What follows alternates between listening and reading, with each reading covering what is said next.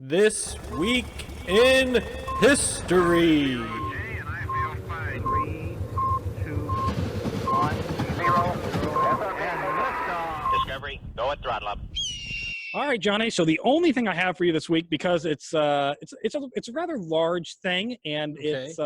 it's a little fitting to sort of what's going on today. Although I warn everybody who's about ready to listen to this, I am not going to connect any dots to today intentionally, and if there are dots that are connected to today intentionally or non-intentionally, it was unintentional. And these viewpoints are my viewpoints. Well, I'm probably your viewpoints too, Johnny. But just Don't speak for me. don't get butthurt. Like, it is what it is. So okay, I'm gonna but tell this some is facts of what happened.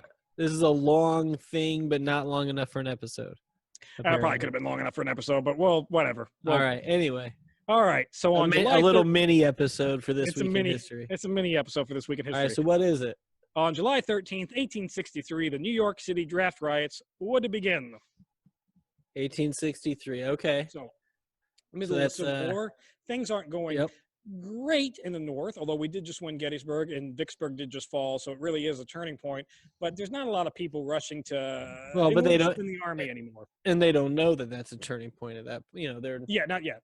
And there's not a lot of people rushing to join the military because, well, they realize how awful it fucking is. Yeah. There is no that initial excitement in the Civil War of hey, let's go play guns. Yeah, I have not found a single Civil War movie that even remotely comes close to accurately portraying the absolute grotesque horrors of that war. You get movies like Gettysburg where people are like, oh, I got shot, and they fall down, but there's no blood. There's no this guy's head got half taken off.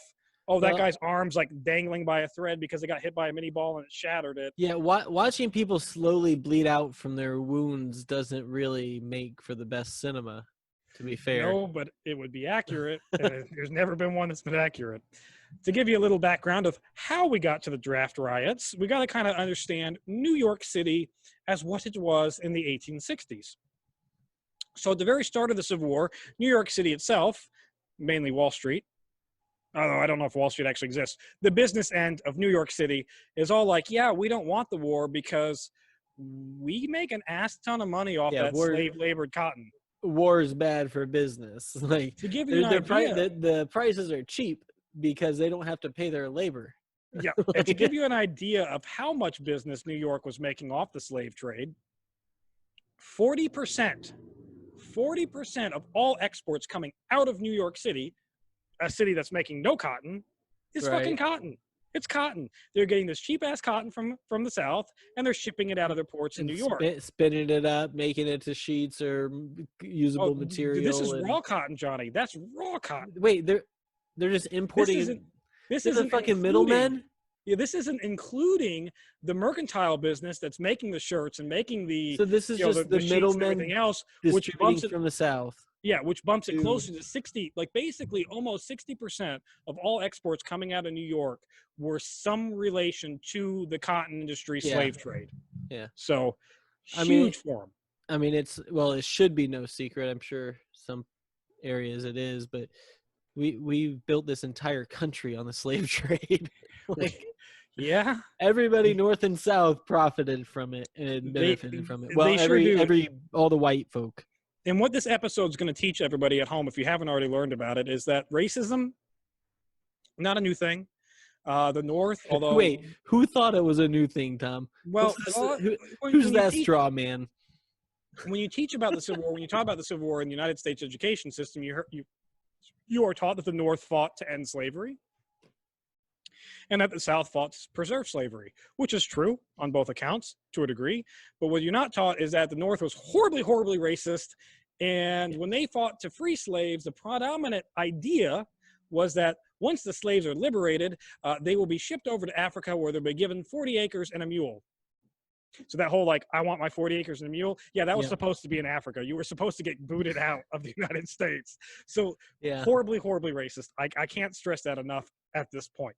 Now, New York City and the South were so heavily ingrained and so heavily tied that, and I shit you not, New York City legitimately held debates and came close to seceding from the Union itself.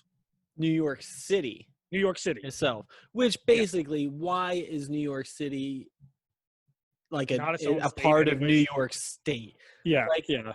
anytime anybody says New York, they're talking about New York City, or they specify upstate New York, which literally means the Buffalo. entirety of the rest of the state, which Yeah. is Buffalo, I think. I think it's just Buffalo. Yep. Yep. To add to all this tension, there's the fact that 25% of the population of New York at the time of the Civil War was German born and didn't speak English. And have didn't speak English. A quarter of New York City being German immigrant. Well, Which also we don't talk about and that I'm enough. sure the rest of the New Yorkers were saying, "Hey, if you want to live in this country, you need to learn our language. Go back to where you came from, right?" Or is the Germans just had their own district and they just stuck to themselves? Oh, they just let them do that. They didn't like make them disbanding.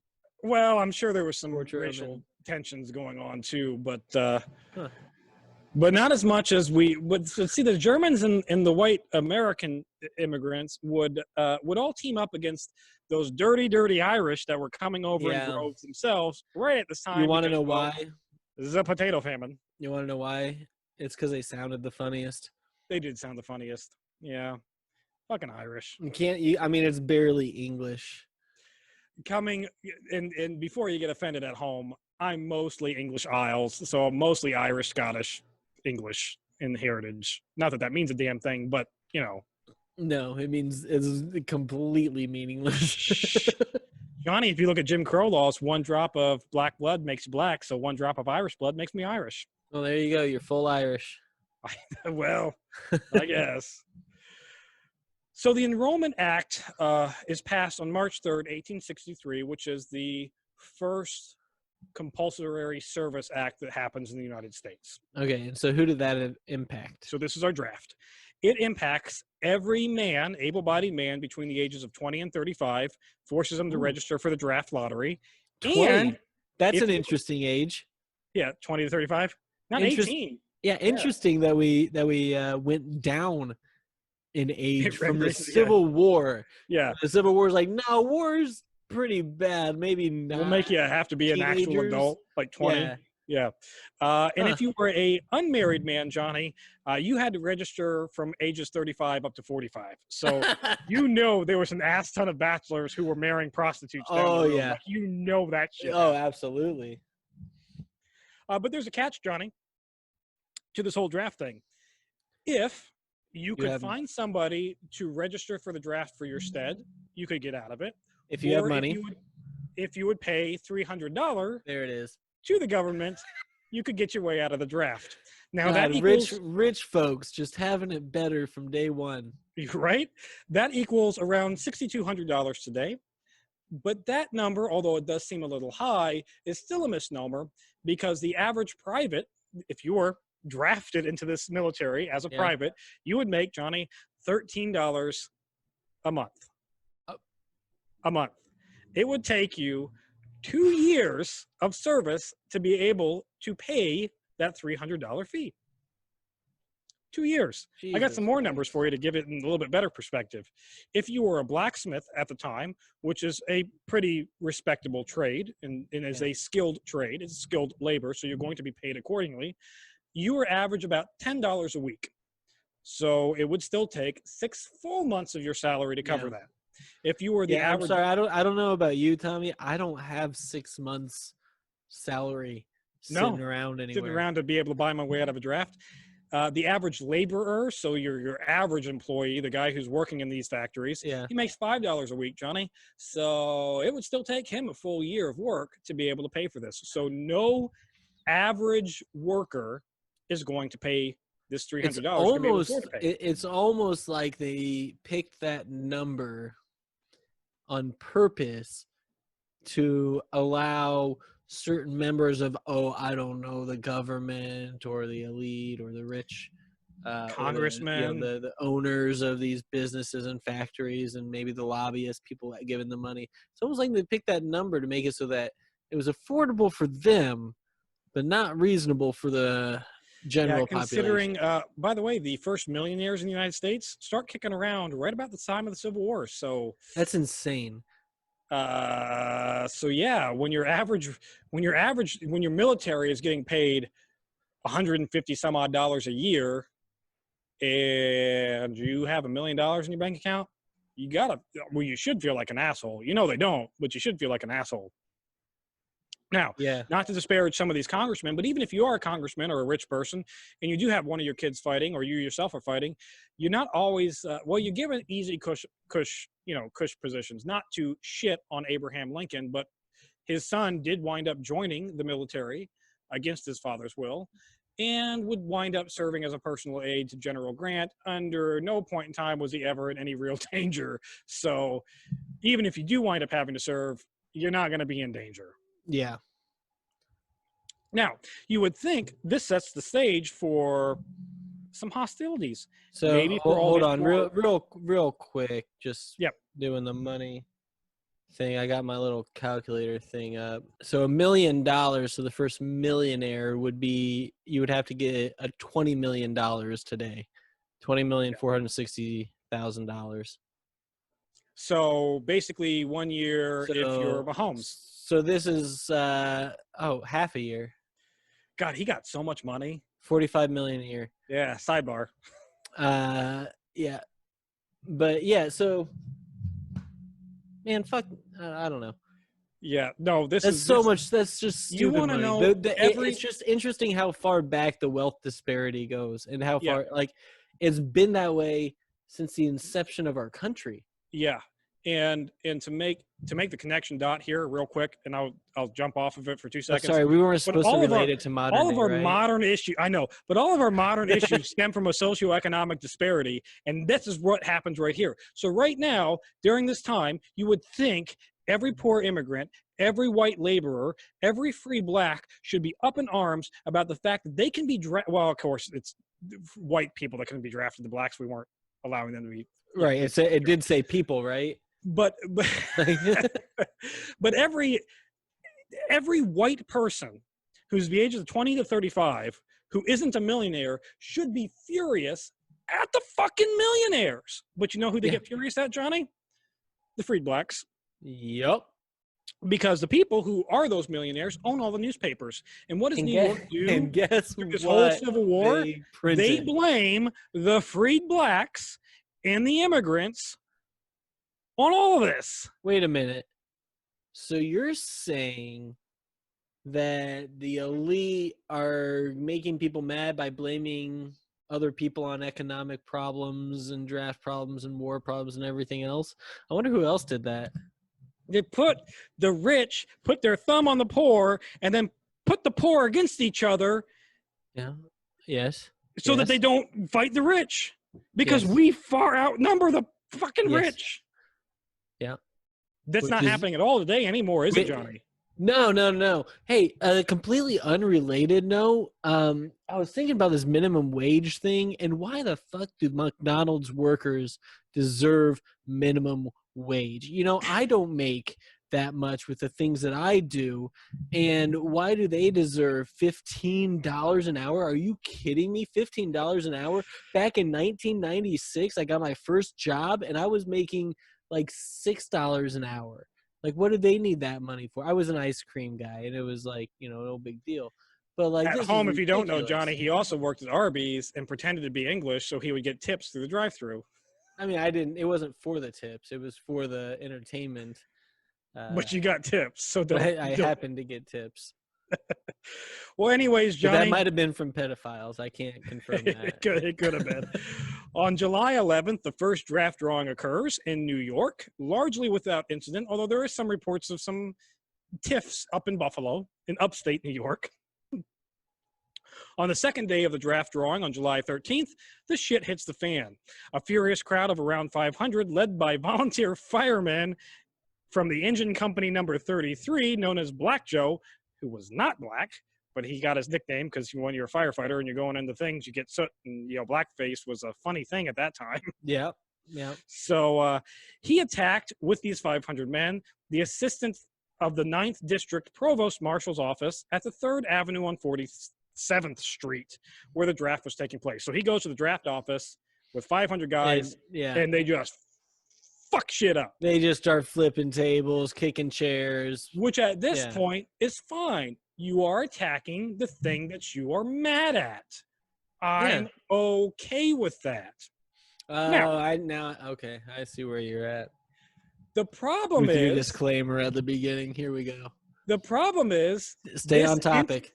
I am on topic. This All right. instantly spreads to the rest of the city, where because of the hostilities in the newspapers and they're blaming the freed blacks, this angry mob, largely comprised of the Irish because they want to fit in, and I'm not like making any disparagement to the Irish. They were trying to become prominent members of the society as well, and they are also very misunderstood about everything that's been going on. To be fair to them, they are literally up to this point being pulled off the boat, being told, like, every man that's off the boat is like, hey, you Yeah. want a job, go fight in the military. And then this rumor gets around to the other Irish that that's not a good job, don't do it. Please And so don't. now they're a little bit mad at the war going on too. So they're a little bit misguided. They've been reading these newspapers saying that the free blacks are the problem. So instantly this mob turns on the fucking freed blacks and starts literally lynching freed black men in the Yeah. street. It's all they know. You took the thing that you should have been mad at and you were actually attacking, which is good, fine, Yes. Yeah. do it, and then went to the thing that's not at all the fault Yeah. and started killing them. And then lynched it. Like they went. Lynched it. So Lynched it. notice the difference, Tommy. And this is just the mental. The mental picture, lynching, yeah. Where they are that day. They went and they flipped some tables and they attacked an office building when they thought that it was, these other white folk who were after them. And then when they thought it was a black folk who were after them, they started murdering them. Yeah, they sure did, Johnny. Which is a lot different than going and just flipping flipping some a tables car over? and lighting it on fire, which is the equivalent of what they were doing before. Yeah, that's true. Carriages, though, not cars. Well, you know what I mean. Yeah, I know what you mean. After they won the hockey national championship that year. Yeah. The Metropolitan Police Department was the only force available to help contain this because the New York militia was still coming back from Gettysburg, where they had just fought it several days prior on July 1st through 3rd. So they haven't made it back from Pennsylvania yet. They're still on their way back to New York. And the police are left to try to contain this, which they have no ability to contain it because each jurisdiction is like got 20 guys. Like they're not. They have not yet been militarized. Oh, and because they are not yet militarized at this point, you get a fucking stick when you're the cops. If you buy your own gun, you may carry your own gun, but those are expensive and most people didn't have them. So you have a stick. You have a stick. Watch the movie Gangs of New York, and the officer there, the Irish officer, he has a fucking Bonnie Club, and that's it. That's all he's got. That seems to me like all you need. Like Well, if you're going to be this high-powered police combatant, liken yourself to samurai, learn how to use a fucking stick, pal. You don't need a gun. So things get so bad in the city on this first day that there is an orphanage, Johnny. The Colored Orphanage Asylum on 43rd Street and 5th Avenue. If this gets burned to the ground, I swear to God, Tom. Well, get prepared to get mad. This orphanage on the placard in the I quote this. This was on a placard in front of the damn building. It says, I quote this. I don't believe it, but I quote it. It says, a symbol of white charity to blacks and of the black upward mobility. Okay. All right, if we're gonna spin it, let's spin it. Let's make it good. They tried, right? Like they did try. An attempt. They're like, you know what? They need us now. Let's help them. And so this is our charity, and maybe we'll get some upward mobility for these select few. How nice of them.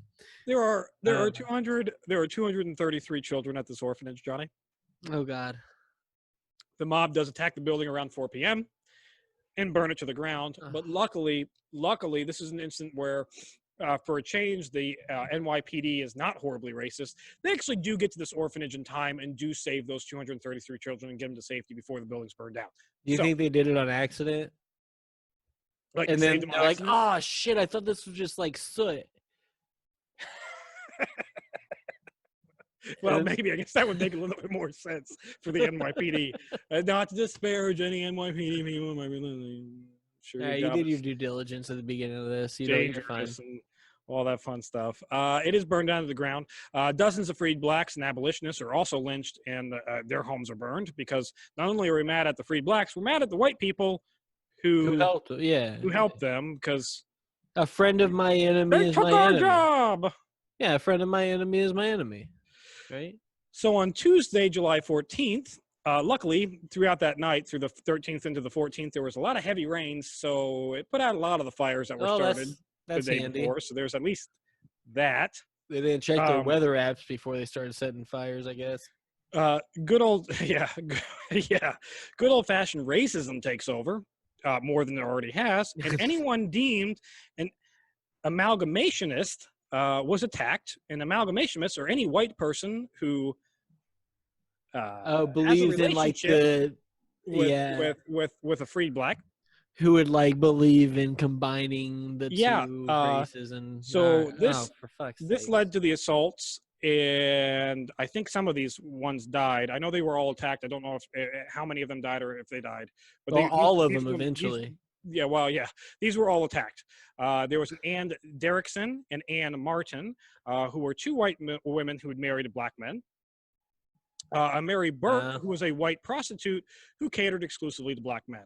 These three women were specifically sought out, and the shit kicked out of them and probably killed. I don't know for sure, but they weren't treated too well because They were specifically sought out for specifically soughting after something else. We can't have race mixing because, again, what we don't do a good job of teaching in our history classes is that pretty much everybody was racist.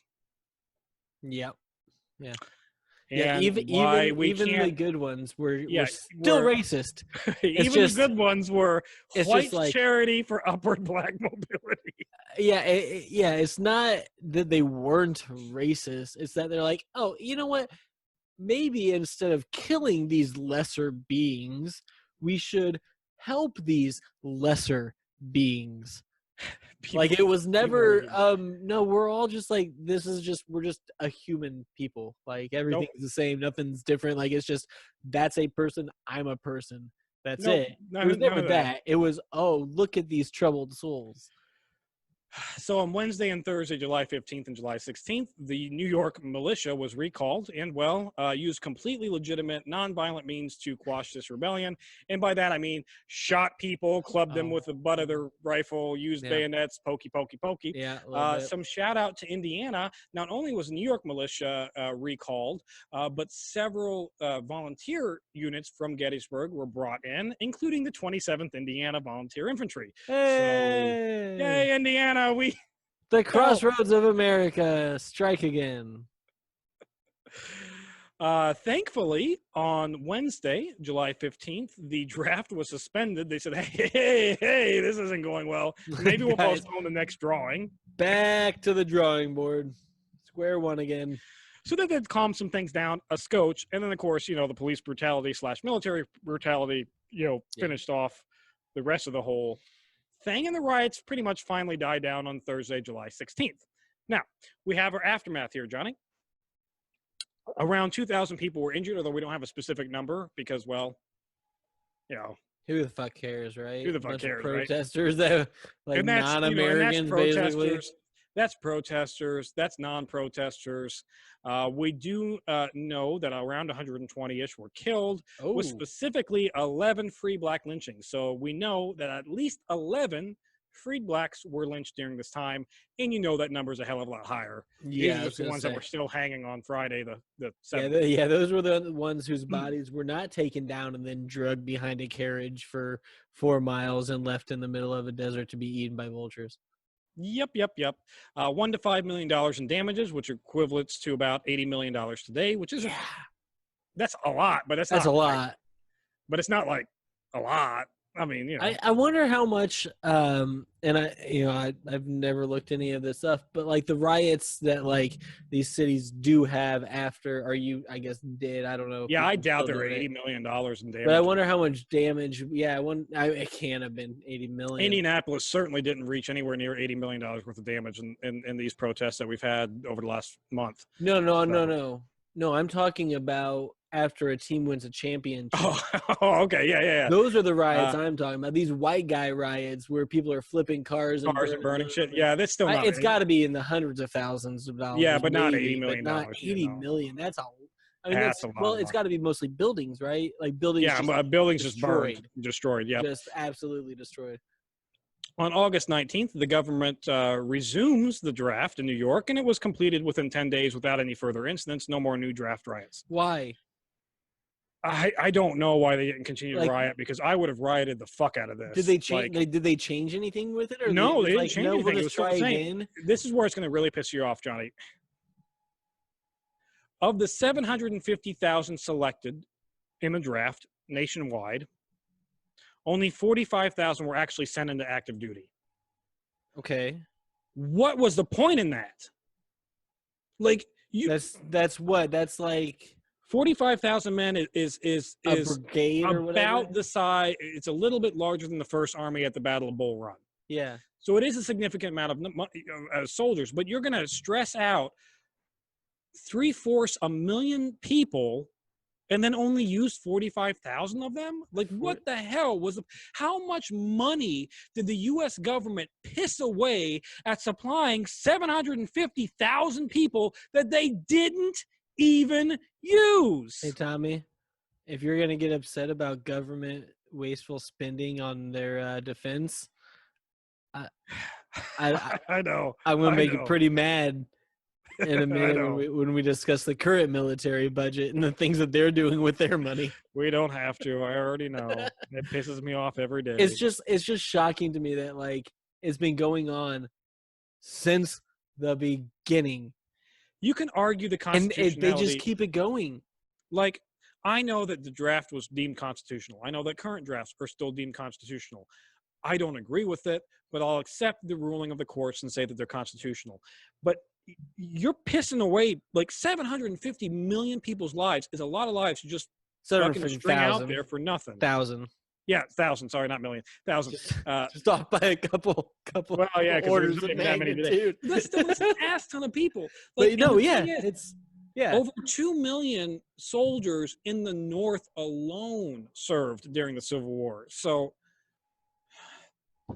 and they held a draft and completed a draft, and so the 750,000 they were drafted. They were yeah, they're brought drafted. in, These they are were people trained, who were, their numbers were they polled, went they through were boot drafted, camp. they were trained, and then only 45,000 and given actually saw supplies, active duty. and then 45,000 of those because this took place in '63. Yeah, So 63. the war July. ended 2 years later. Is that correct? Yep. So And by this time, after Gettysburg and so Vicksburg, they basically did this draft and then realized, oh fuck, we didn't really need it. We're good. The South has On the run. nobody Yeah. and Yep. no equipment, and so we're fine. And then they're like, oh yeah, I guess we'll send a couple of these. Good God! New York City's This was an episode, Tommy. It was. New York City's demographic would change considerably, with most of the free blacks freeing the city in favor for Brooklyn, which is why even today Brooklyn's very heavily African American as opposed to downtown Manhattan. Well, but there's a really funny comedian who has a bit about white women and how he's terrified of them and how they took Brooklyn. And he's like, he's like, women need to be in charge because if we had women, like, send them over to the Middle East, and in 2 months there'd be a Trader's Joe in the middle. Be like, oh, the Taliban used to be like all mad, but now like it's pretty chill. Like he does this whole bit about like Brooklyn. He's like, yeah, Brooklyn used to be really dangerous, but We got Trader Joe's and Starbucks. Yeah. It's good stuff.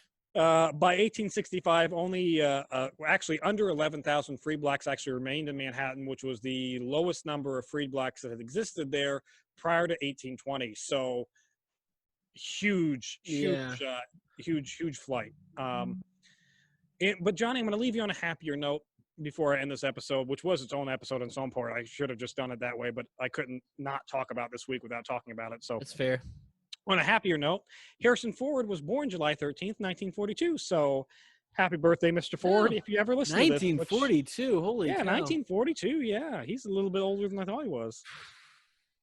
80 almost? 70? Yeah, he's up there. Yeah. Whew. He's one of my favorite actors. I do enjoy him. Oh, yeah. I I don't mean, yeah, I don't think he's- I've ever seen a he's good movie where people. Harrison Ford's been in where I'm like, that's garbage. Well, have you gone back to watch like some of the Star Wars shit? That is This Week in History. And that's This Week in History.